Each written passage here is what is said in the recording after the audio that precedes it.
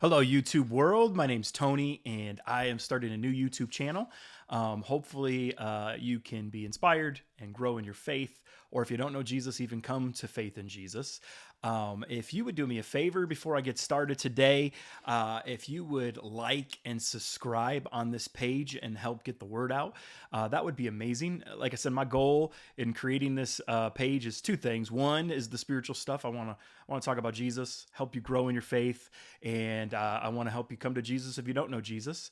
And then two, you probably see this a little down the road. I love sports, and so I'll be bringing sports topics and having some fun with that, and we can do some interacting.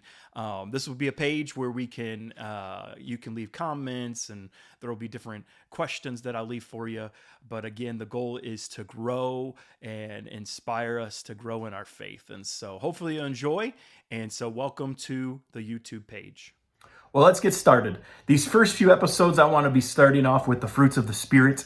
And the one I want to start with today is the fruit of Spirit of joy. And I don't know about you, but sometimes it feels hard to have joy depending on what walk of life that you're in. But did you know that you could have joy no matter what your circumstance? Even in the worst of circumstances, you can have joy.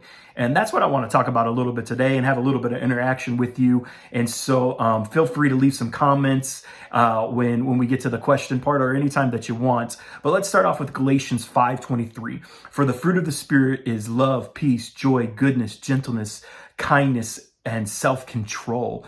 And these fruits, they sound wonderful, but if you really take a dive into it, man, those are the things that as a Christian, if you're a Christian, we believe that those are the things that should be coming out of your life. If you're not a Christian, did you know that you can have joy? That no matter what you're going through, you can live a life of joy. And so today, I hope we can dive into that a little bit. But let me start off with a question. And I'm going to put this in the comment section. What is the difference between joy and happiness? Go ahead and leave a comment what you think that is and what you think that definition is. We're going to talk about that a little bit today. We're also going to talk about how can you live and walk in a lifestyle of joy, the fruit of joy, because I believe that you can do that. And so we're gonna talk about that today. But let me read a definition to you. The true definition of joy goes beyond the limited explanation presented in a dictionary. A feeling, a great pleasure, and happiness. True joy is limitless, life-defining, transformative, a reservoir waiting to be tapped into. It requires the utmost surrender, and like love, is a choice to be made. What's the difference between joy and happiness? Happiness is about the self-pleasure.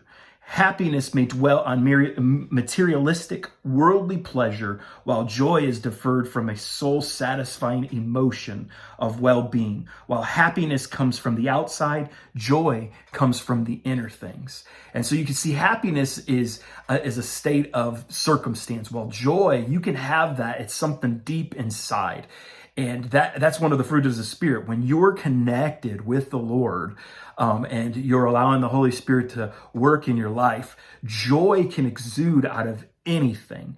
And so that's a very important thing to know today. So the question would be, in this short shot that we're giving you today, how can I live that out? How can I walk that out? It's easy when things are good, right? It's easy when life is going your way and home's good, work's good, money's good. But what happens when money's tough? Or what happens when maybe something hard is happening in your marriage or your family or with your kids or at school or whatever? What do you do with that? How do I live that out? I would say one of the things is we have to protect ourselves from things that would try to rob our joy.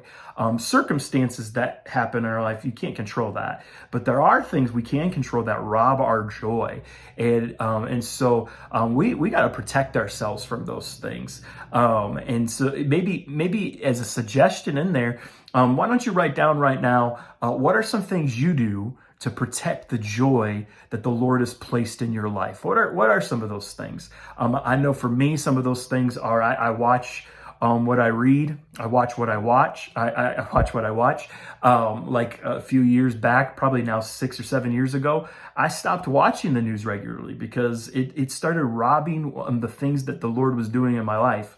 I started watching different things. I started listening to different things. If the people were angry all the time, I was like, well, that's hurting my soul. That's robbing my joy. And so I'd protect myself from those things. And so write down, maybe to encourage each other, what are some things that you do to protect the joy in your life?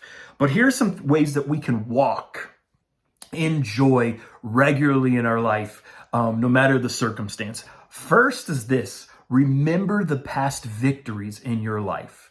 Life, like I said, is hard, right? It gets to a place where, man, I don't know how I'm going to handle this situation, and maybe your joy gets challenged. One of the things that you can see throughout the Bible is when joy is challenged, they would go back to past victories. They would be able to see the things in their life that God has saw them through. And then when they're in this hard circumstance, they can go, remember when we talked about the definition, there's this reservoir inside. They could go to the reservoir of their soul and remember, God delivered me here. God healed me here. God answered this prayer here. God took me through this challenge, and I came on the other side. When you can remember those things, you're able to hold on to joy even when the circumstance is bad.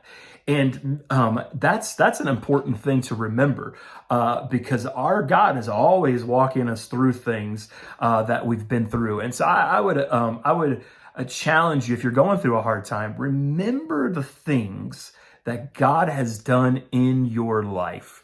And so maybe write down, how about take a moment and write down some victories as some testimony right now. Write some victories that God has done in your life. And remember, and I can guarantee as you start writing some things down, you're going to be like, wow, God has been good to me. And so leave that in the comment section if you feel comfortable. Leave some comments. Let's encourage each other today. The second thing I would say is joy is an attitude and a posture. Joy is an attitude and a posture. We get to choose if we're going to walk in joy. We get to choose if we're going to have the attitude of that.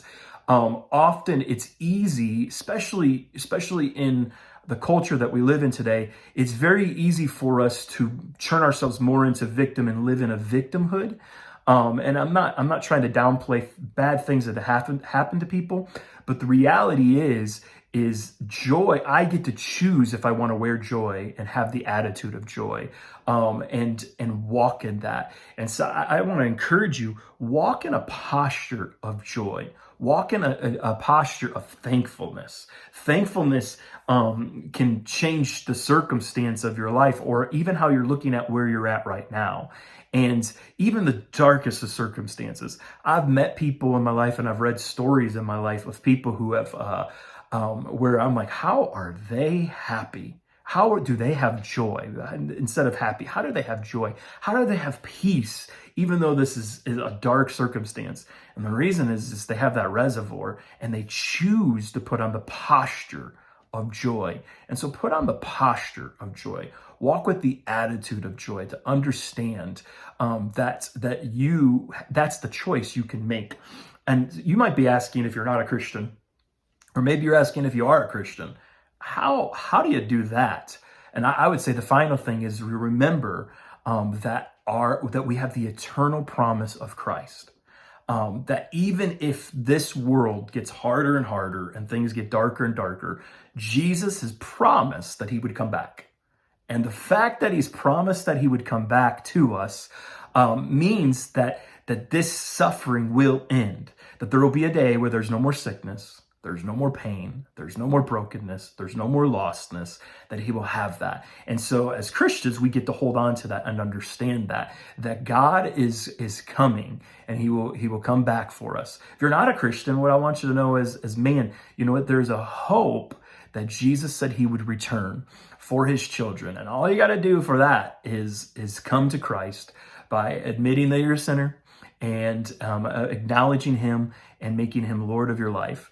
And so we have that promise. You and I, as Christians, we have that promise today that God is going to come back, that Jesus is going to come back, and that this side of eternity will be done, and we'll be on the other side where it will be really, really good. And so we know that. And so what I want to leave you with today is if there's something hindering your joy, purge it. What is it that you need to purge? What is it that you need to purge in your life that is attacking your joy right now? Is it something you're watching? Is it something you're listening to? Is it people you're spending your time with? What is it? Is it holding on to bitterness?